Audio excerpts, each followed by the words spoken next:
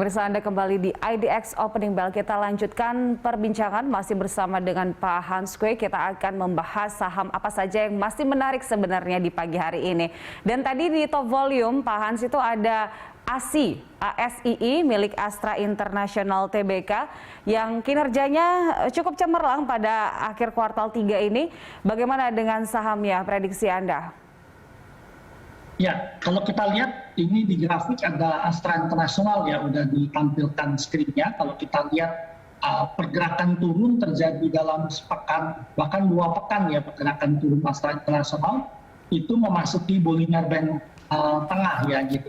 Dan kita lihat stochastic oscillator Golden Cross posisinya, sehingga Astra International ini berpeluang naik. Jadi hari ini kita beli ya posisinya gitu ya. Oke. Saat ini memang target pergerakan naik dari Astra International ini adalah ke menuju 6.500, bahkan bisa mencapai 6.600 ya target Astra International.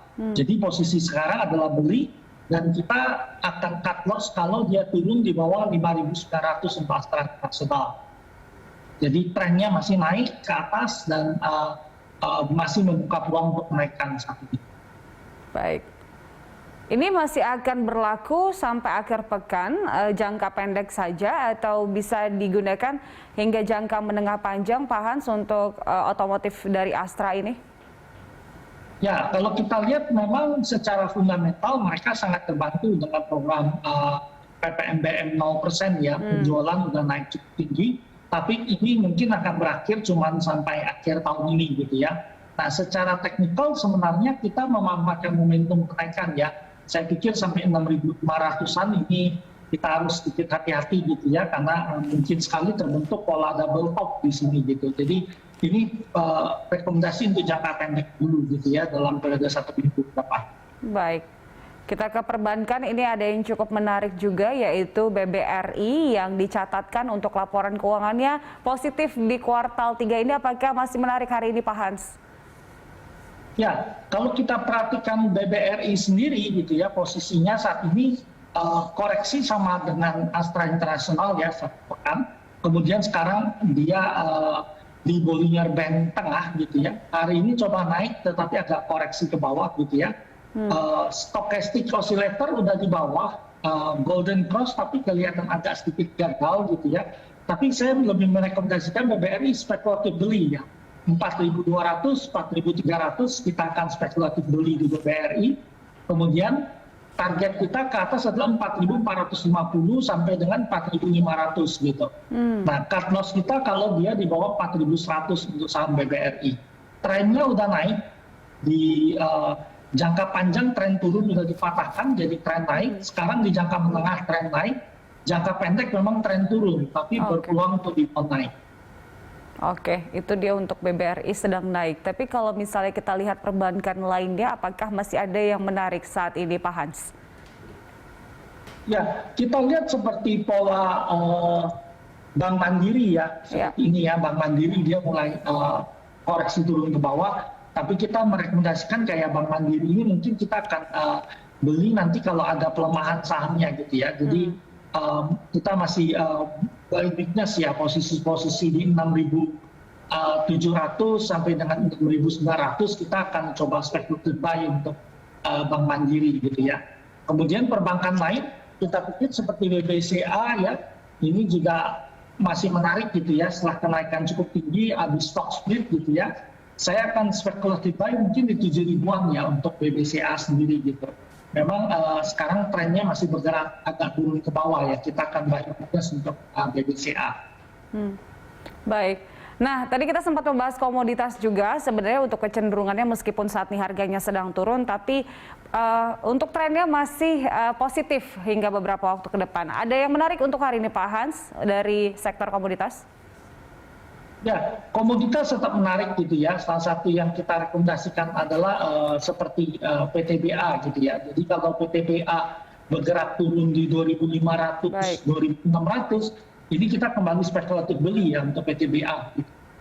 Dan mungkin harga-harganya harga-harga dekat di saat ini gitu ya. Kita masih cukup positif dengan komoditas, dan kita akan lihat laba korporasi pasti akan meningkat gitu ya, dan mungkin mereka akan double sampai triple ya dibandingkan dengan kuartal-kuartal sebelumnya akibat kenaikan harga batubara global yang naiknya udah sangat tinggi sekali gitu. Dan mengingat bahwa batubara mungkin masih akan positif sampai semester 1 tahun depan, maka kita pikir emiten seperti PTBA masih sangat layak untuk kita beli gitu. Nah, ada yang lain ITMJ gitu ya. ITMJ saat ini memang kelihatan agak koreksi gitu ya posisinya, mirip dengan PTBA gitu ya. Tapi kita pikir ITMJ ini kalau dia turun agak 19.000, 21.000, ini kita masih bisa spekulatif buy untuk ITMJ ya gitu. Dia mendekati Bollinger Band bawah, stokastik masih agak di atas gitu ya, bahkan dead cross posisinya, sehingga kita mau beli buying weakness untuk ITMJ sendiri. Baik. Pak Hans, melihat dari fundamental dan teknikalnya, apakah saham dari sektor komoditas ini termasuk yang akan kuat menghadapi dampak tapering nanti? Ya, sebenarnya kita harus melihat tapering ini cukup menarik gitu ya, bahwa mungkin orang sedikit khawatir dengan posisi tapering sendiri gitu. Tapi kalau kita lihat ada beberapa faktor yang cukup positif yang harus kita perhatikan terkait dengan tapering sendiri gitu. Pertama adalah rupiah kita tuh sebenarnya udah under value sekali ya. Ini jauh berbeda dengan posisi ketika tahun 2013 gitu.